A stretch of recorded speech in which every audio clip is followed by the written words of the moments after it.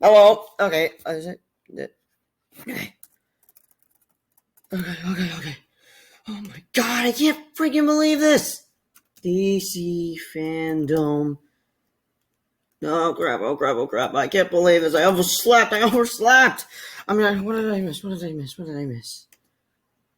don't know what I missed. Okay.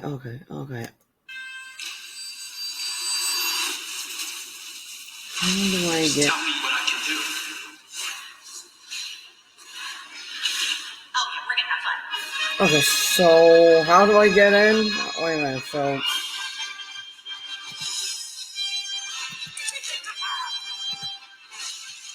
Nothing good is born from lies. What's the saying? This is not what you think. Welcome to the Hall of Heroes.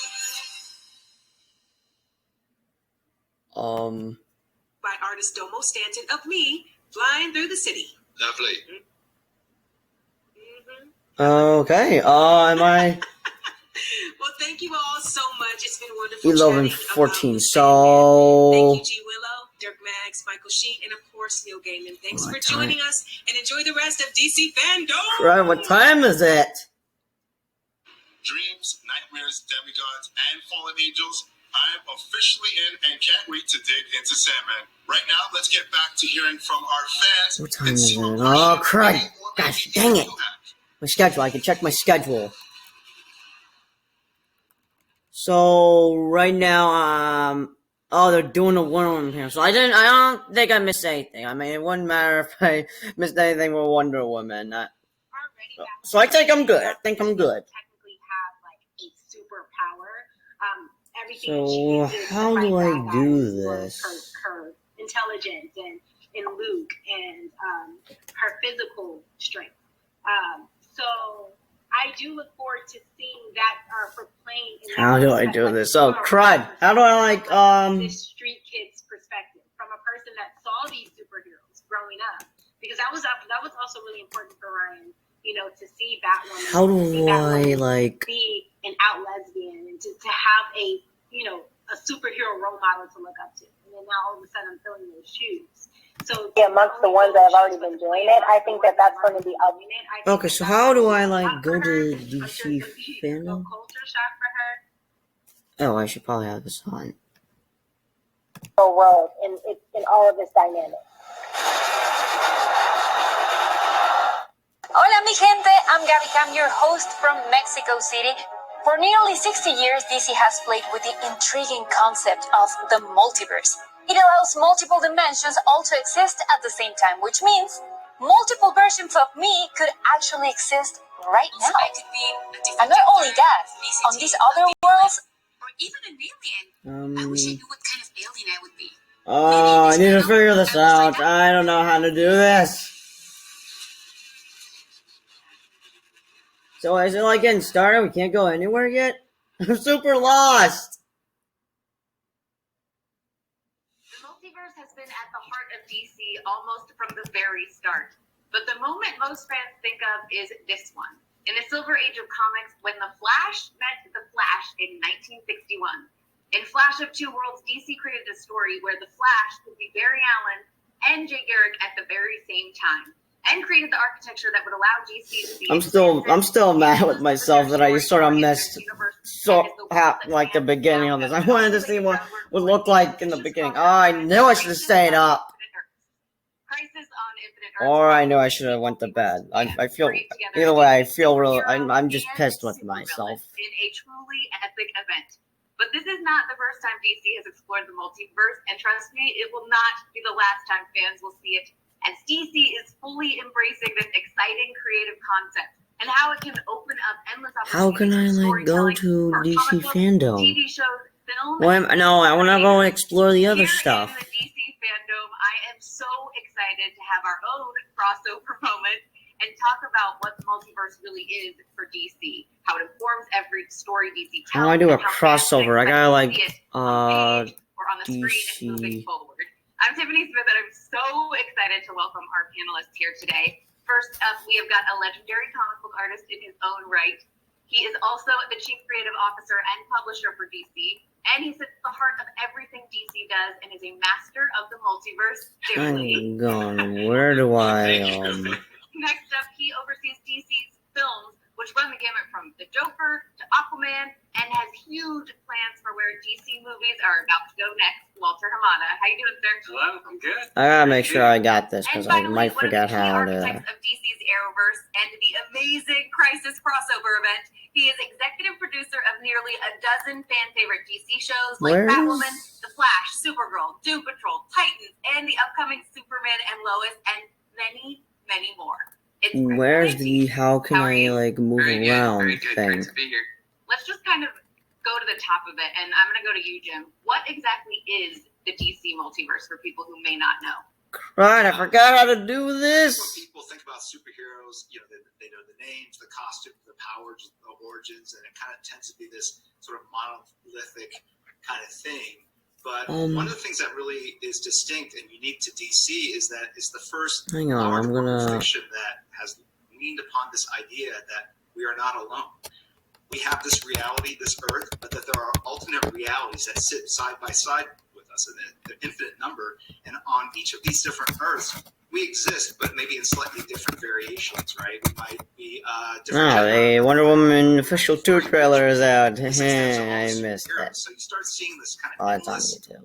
spectrum of characters that you can create. And so it allows us to have the freedom and to create different versions and then lean upon that canon as we, change up the mythology and the pantheon of characters to better reflect the true diversity and inclusivity that our audiences want and that our audiences live in. And you kind of touched on it already, Jim, but let's go to you, Greg. How do you feel like the multiverse really informs the stories that you tell through DC TV? I would say that when we started out just with Arrow 8-9 years ago now, it wasn't our intention to just replicate what everyone had done so brilliantly in comics. And it wasn't until The Flash came along and we tried in the pilot of The Flash to put the two of them on screen together that I remember watching that first scene of the two of them together and thinking like, oh, wow, this makes me feel like the DC books made me feel. Like 1 + 1 = 3. The other thing it allows for is the vastness. You really feel the vastness of each of these different worlds, and I think it adds to the importance of these heroes and the myth of them, and that's been really exciting. And Right again, there. the element of surprise. If the universe that everyone's constructing, the different showrunners and creators and directors, and obviously Tweet with with Walter and DC Jim Kingdom. helping How do shepherd I all of tweet? it, if it can go to all those different places and still be tethered together, I think just as an audience member, Pressing 6, am I doing anything wrong? Who might I see here? And I How think do I that's go to incredibly DC? How do exciting. I go somewhere else in this Something thing? where, Can we we not talk about go comic anywhere book yet? writers getting to play with the characters in different ways. Same thing on the TV shows, where it's when you bring a character from one show into another show, those writers now get to play with tweet that on- character or a different version of them, which I think the fans, myself included, have loved seeing on TV. Yeah, that's a lot of fun for the actors. They love it when they play a villain version of themselves from another planet. Everybody loves to play a villain. You face some of the greatest evils known to man, and you defeated them. If you think so highly of yourselves that you can defeat any threat that comes your way. Wait, what? How do you feel about us? Wait, there's like Bizarro bad guys in At them? the outset, What is going on? Crisis on Infinite Earths and seeing all of that. Can you talk to us a little Wait, bit about tweet just again. leading Oh, up to that okay. and everything that happened before, and maybe like when you got to the point where you're like, yeah, this is something we really want to talk about? Well, I mean, really, it was so much of our motto behind the scenes was to try and create episodes and seasons and shows that we would want to watch. And so it just inevitably kind of kept going in that direction. One of my fellow EPs, Mark Guggenheim, is my own personal encyclopedia for a lot of knowledge of these things, and was really, the centerpiece of production-wise pulling the scope of those things together. And I would be remiss if I didn't just say just how much his own passion for all that has been. I'm still trying to figure out how I can we sort of kept. Wait, this event is really something building else. block Hot by block, Sophie. and then truly Can't in wait the for last Netflix couple of Sandman years, and project. again, Wait, in there's a working with Netflix is making a culture Sandman project? It's really just, it's kind of taken a whole new level. Oh We my never thought we'd even be God, allowed like- to do Crisis, you know, like it was a pipe dream. We just kind of kept finding new ways to get all of I'm our gonna characters together, and then figure the something year out. before Something we did ain't Crisis, we right. said, well, what if we just say coming next year, Crisis, you know? And everyone was like, okay, yeah, you can say that. Well, and I was like, well, I guess Wow. they've approved it then. Now. And that it was really epic. I mean, there were just so many, obviously, so many Easter eggs and so many different little characters. But then, the guys calling about saying that could we fit in? Oh, my possibly nose fit is in bugging Ezra? me. Is that a possibility?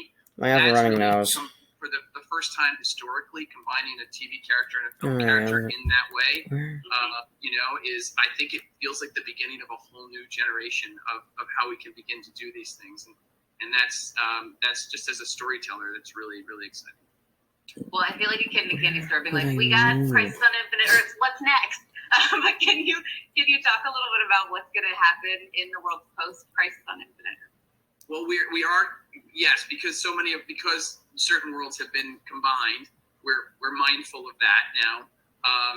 In terms of how that will affect certain shows, and in terms of what. So sadly, guys, I can't next screen year, record because yesterday I was trying to I screen think record me truly drawing because something of on COVID my right now, Chromebook, the but pandemic, it's just our been aspirations screwing aren't with me. quite as large. We just like So to yeah. start shooting again. That would Well, it's be probably the best because I good. think my Happy to footage play of it any is probably featured, gonna get copyrighted. I don't characters know. that, the guys want to have on.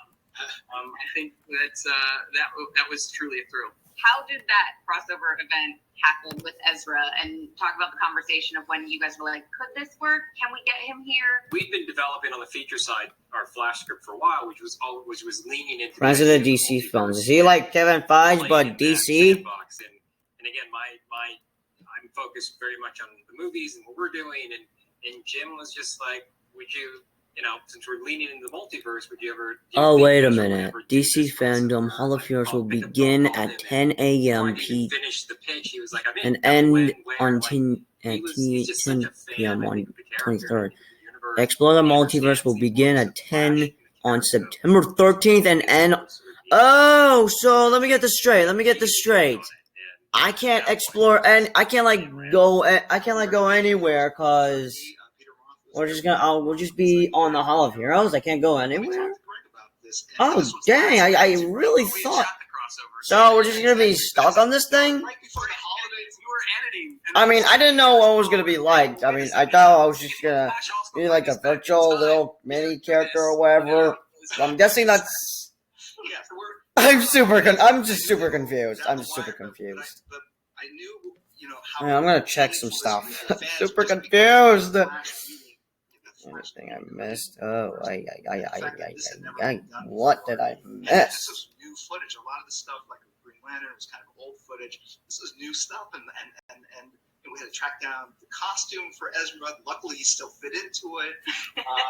And Peter, spoke with Greg, and Greg graciously allowed us to do this at the last minute, very last minute. And Mark wrote dialogue at the last second, sent it over. It had to be kind of vague enough to not create too many expectations, but kind of solidify the fact that this is happening, that these Flashes are both the Flash in different universes. And the cool thing is, Ezra's Flash was never named the Flash in the movies. He got his name from meeting Grant, who knew he was the Flash. And that's so cool to have that introduction into the canon, right? And so that was it. And it came together at the last minute, and it worked out great. Those guys kind of improvised the lines, and We definitely improvised. Yeah. It's a lot of information. It was touching and funny, and it was just a great moment. And then when it went live, man, people's heads exploded. And then I think, Well, there were a lot of people who worked on the show and had shot the episode and didn't know that it was in there. So they were watching. There were people that had been in the episode that were watching it live that night that wrote me, "I didn't know about this. I'm checking back with you guys. We just did it last week."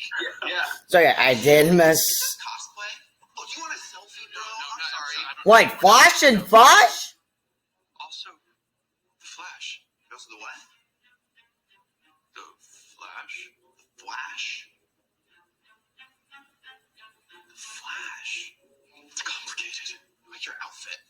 seems comfy. Yours is pretty cool. Seems safe and breathable. Barry Allen. No! What does that mean? How can this should be impossible now. How is the DCEU Flash in the Arrow verse, whatever? Because I know just the crossover events are such a big to do anyway. Getting all of the actors from all of the shows. I'm super confused, but I'll upload this video and I'll just continue along. Hopefully, I don't lose footage of this, but then again, that's why I got this. I feel like So all of to you be guys just talking continued. to you